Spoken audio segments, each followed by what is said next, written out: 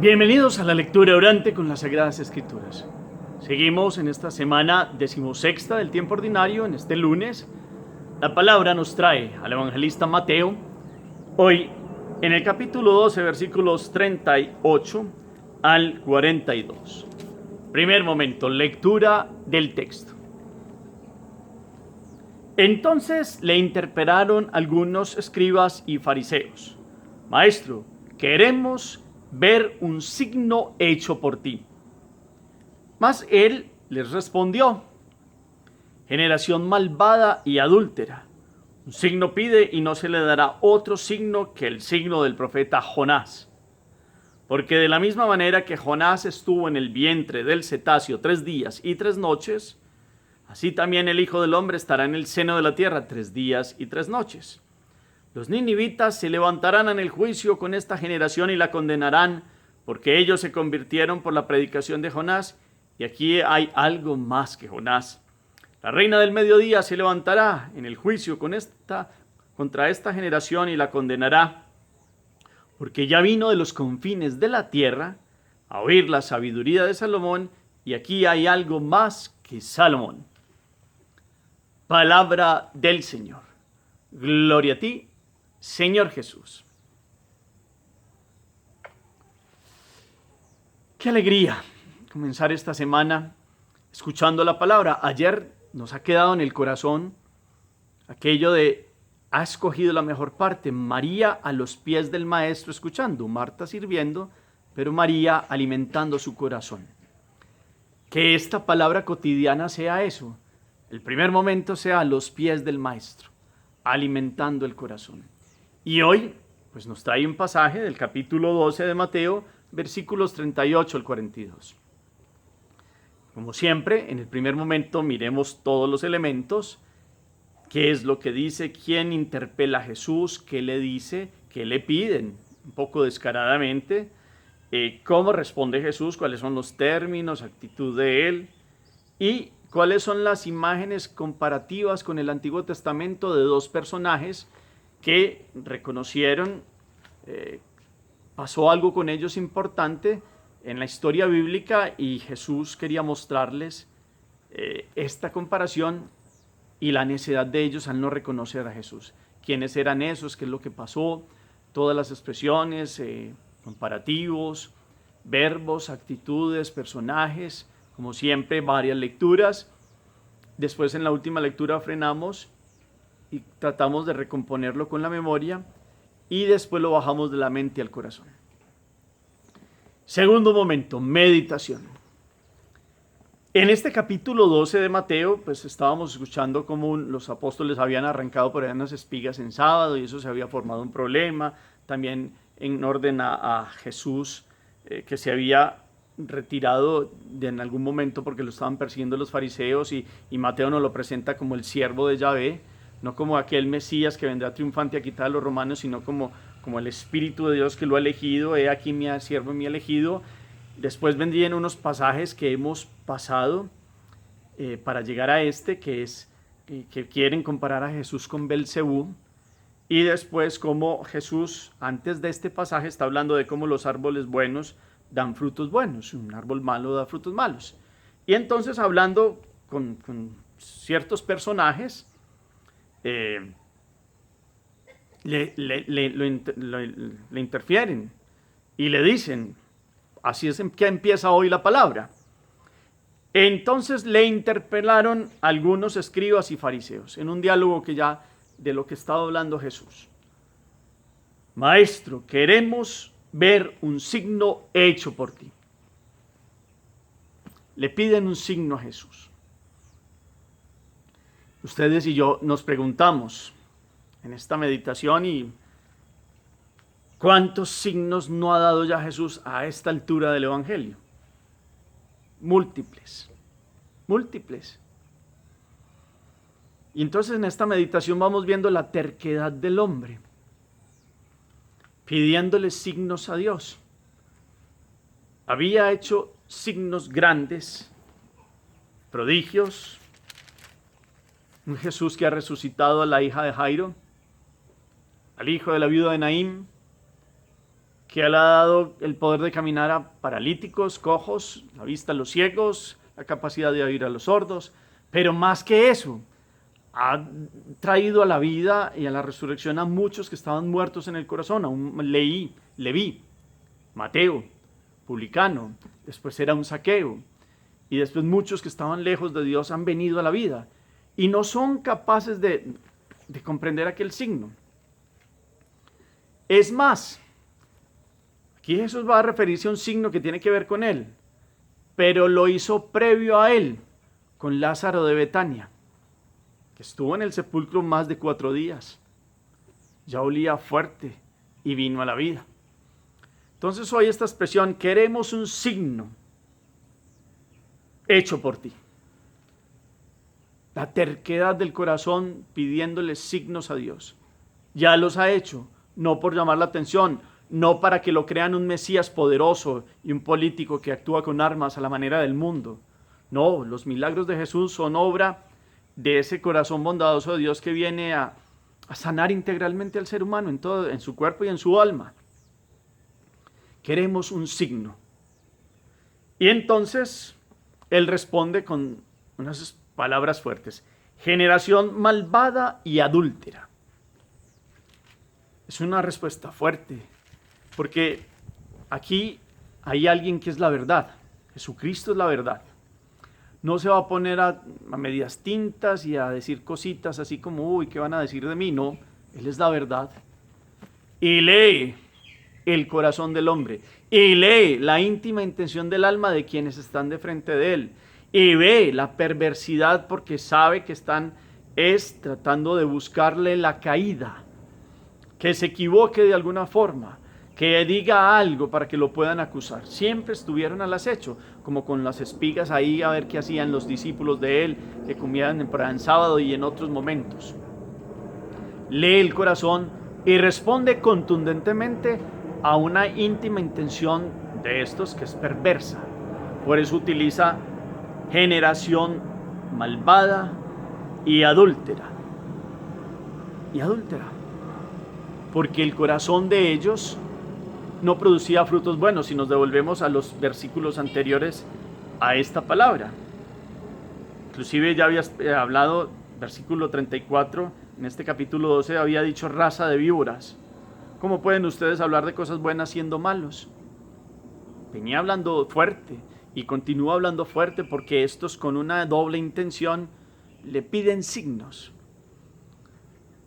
Y aquí puede haber alguien que en algún momento, digamos, que pueda decirle a Dios, Dios, quiero sentirte y quiero de tal manera escuchar sentir en mi vida tu presencia. Bueno, y uno dirá, pero Dios conoce las intenciones del corazón. Aquí lo que hay es una íntima intención del alma de unos que andaban en la perversidad. Y Jesús contundentemente los llama a que a juicio, a que comprendan que a través de 2 ejemplos del Antiguo Testamento reaccionaron unos personajes que comprendieron la presencia de Dios en unos seres. Por ejemplo, Jonás. Estos que tenían al frente, Jesús tenía al frente de estos personajes, sabían de qué les estaba hablando cuando les cita a Jonás, que era un profeta así como regularongo que no quiso primero obedecer, le tocó obedecer, y él que era un profeta sin muchas capacidades, en Nínive se terminó convirtiendo, empezando por el rey, hizo ayuno y oración y se vistió de saco y ceniza y se convirtió. Imagínense, reconocieron a un profeta, a Jonás, y ahí tenían a alguien que es más que Jonás, Dios mismo. La reina del sur vino a escuchar la sabiduría de Salomón y se metió un viaje en aquella época, un camino larguísimo para escuchar un hombre sabio, y estos no veían, no comprendían, no querían abrir el corazón a la sabiduría en persona, que es Jesucristo. Entonces Él les dice que sí va a dar un signo, y es el estar, así como Jonás estuvo 3 días en el vientre de la tierra, se refiere entonces a los 3 días de la pasión, sobre todo de la muerte hasta la resurrección del Señor. Y ese será el signo más contundente de Dios, y el triunfo de Dios y la salvación del género humano. Y a ese se referirá. Pero como les dije ahorita, también les dio un signo, y les dio el signo de un Lázaro que llevaba 4 días de muerto, y ni así creyeron. Es más, terminó convirtiéndose, lo hemos hablado algunas veces, usted me han escuchado hablar de esto, de cómo terminó siendo el milagro más fuerte porque atrajo a unos, pero a otros, los que tenían el corazón perverso, esta raza de víboras, esta generación malvada de adúltera, a través de ese milagro dijeron, no, pues ahora sí se van a terminar de convertir a él todo el mundo, entonces tenemos que capturarlo, y desde ahí se decretó la persecución a Jesús, y nos dice Juan que se fue para Efraín mientras llegaba el tiempo de la Pascua porque no había llegado su hora. Entonces vemos el actuar de Jesús, vemos un signo contundente. Esta meditación de hoy nos lleve a mirar las terquedades que tenemos los seres humanos pidiéndole signo a Dios. ¿Sigo pidiéndole signos a Dios? ¿O cuál es mi tipo de relación con Dios en la oración? Creo en Él sin necesidad de estarle pidiendo manifestaciones. Las puede hacer. Yo no estoy en contra de que cada uno en su corazón pueda en algún momento decirle a Dios que queremos sentirlo, que queremos ver su presencia. Bueno, eso es parte de la relación bonita en el amor. Pero que podamos hoy mirar que nuestro corazón no tenga esta mala intencionalidad de aquellos que piden signos como con doblez de corazón, con una maldad. Es más, siempre, y hemos escuchado enfáticamente también en algún momento con este signo de Jonás, que yo he hablado de que Jesús nos podría decir a nosotros, bueno, generación, ¿cómo podría llamar esta generación? Esta generación puede ser una generación idolátrica del dinero, de los placeres sin límites. Esta generación pudiera ser una generación que se ha olvidado de Dios, porque quiere decir, bueno, ¿y dónde estás Dios? ¿Por qué pasa esto? ¿Por qué lo otro? Y le echa la culpa a Dios y no se da cuenta de todos los signos grandes y maravillosos de Dios que hace salir su sol sobre malos y buenos todos los días. Esta generación pudiera ser llamada por Dios a decir cuál ha sido la creación que Él ha hecho y cómo el hombre quiere cambiarla. En el género, en todo, llamar a lo malo bueno y viceversa, y cambiar los sentidos. Esta generación quiere vivir de los excesos y la vida sin límites, y se hace daño y se mata. Y Jesús nos pudiera llamar, bueno, generación perdida. Y resulta que aparece la esperanza. Es un llamado como un papá y una mamá que llaman a su hijo con una palabra contundente como despierte, que yo lo amo y tengo una esperanza nueva para usted todos los días. Hoy Jesús nos toca el corazón llamándole la atención a unos fariseos. Tendríamos que mirar si usted y yo no tengamos actitudes como ellos de fariseísmo, que podamos verdaderamente vivir en la alegría de la esperanza, de la escucha de la palabra, y vivir con los signos cotidianos que Dios nos da, que son múltiples, maravillosos, hermosos, desde los más pequeñitos hasta los más grandes. Usted en su corazón, que es templo de Dios, pídale que le dé la gracia de reconocerlo todos los días, de sentir su presencia en su vida. ¿Cómo se hace? A través de la lectura de la palabra, a través de la comunión cotidiana en la Eucaristía, ahí está en su presencia más grande, a través de la ayuda y del servicio y del amor. Pero sobre todo en esta lección divina, ustedes y yo nos relacionamos diariamente con Él y aprendemos a tener una fuerza de una palabra de Él que nos toca el corazón. Y que el signo sea para nosotros, Él murió y resucitó. Que el signo sea siempre morir a nuestros pecados, como nos ha pasado en el bautismo, para resucitar con Él a la vida nueva. Ese signo de Jonás en nosotros es, bueno, morir a aquello que me separa de Dios para vivir con Él, resucitar con Él. Esa sea la meditación hoy también. Hagamos oración.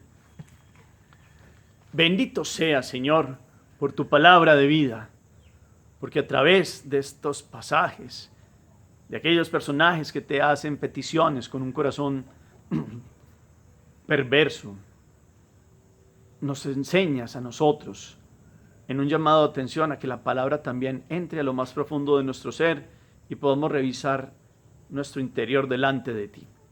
Que hoy podamos reconocerte porque tú eres más que Jonás y eres más que la reina del sur. Tienes una sabiduría más que Salomón, perdón. Tienes una sabiduría más grande que él. Eres más que un profeta, como lo fue Jonás. Eres nuestro Salvador. Hoy te reconocemos como nuestro Dios y Señor y te declaramos como nuestro único Dios y Salvador. Enséñanos a vivir todos los días en tu presencia y a reconocer tu paso por nuestra vida desde los más pequeños a los más grandes detalles del día a día. Que podamos dar testimonio de que tú, el más grande signo es que te escuchamos y que creemos que tú eres el Hijo de Dios que ha nacido para dar la vida por el género humano y que has muerto por mí y por nosotros, este ejército orante. Los invito, hermanos, a repetir: has muerto por nosotros, Señor, y te damos gracias. El signo de tu pasión y muerte y resurrección es el signo que quedará para siempre de la liberación y de que tú eres el viviente y el vencedor y que nos has dado la victoria sobre el pecado y sobre la muerte. Gracias, Señor, por este don. Gracias por llamar a esta generación. Pudieras llamarnos de muchas formas, pero nos sigues llamando en tu misericordia a la conversión. Permítenos verdaderamente convertirnos, no solo de palabra, sino de obra, para vivir en tu presencia. Amén. Cuarto momento, la acción. ¿Cómo ve usted la generación hoy? ¿Qué pudiera decir usted de esta generación? Verdaderamente todos creemos en Dios, lo vemos, lo sentimos. En su vida, usted le pide signos a Dios. ¿Cómo es su relación con Él? ¿Le agradece? ¿Cómo se acerca a Él? Según la lectura del texto, ¿cuál es la señal de Jonás? Es como una preguntita, a ver si quedó comprendido bien en el texto. ¿Hubo comprensión? ¿Qué consecuencias tiene el no tomar en serio a Jesús en nuestra vida? Que esta sea como una meditación de este día. Quedémonos contemplando al Jesús Salvador, único Dios y Señor, más grande que cualquiera, que Jonás, que Salomón, que cualquiera. Es Dios, que hizo el signo más grande, morir en una cruz, para el tercer día resucitar y sacarnos de la muerte y del pecado. Gracias por el eco, por la palabra que colocan al final del chat. Señor esté con ustedes, y la bendición de Dios Todopoderoso, Padre, Hijo y Espíritu Santo, descienda sobre ustedes y los acompañe siempre. El Señor los bendiga hoy en toda su manifestación de amor.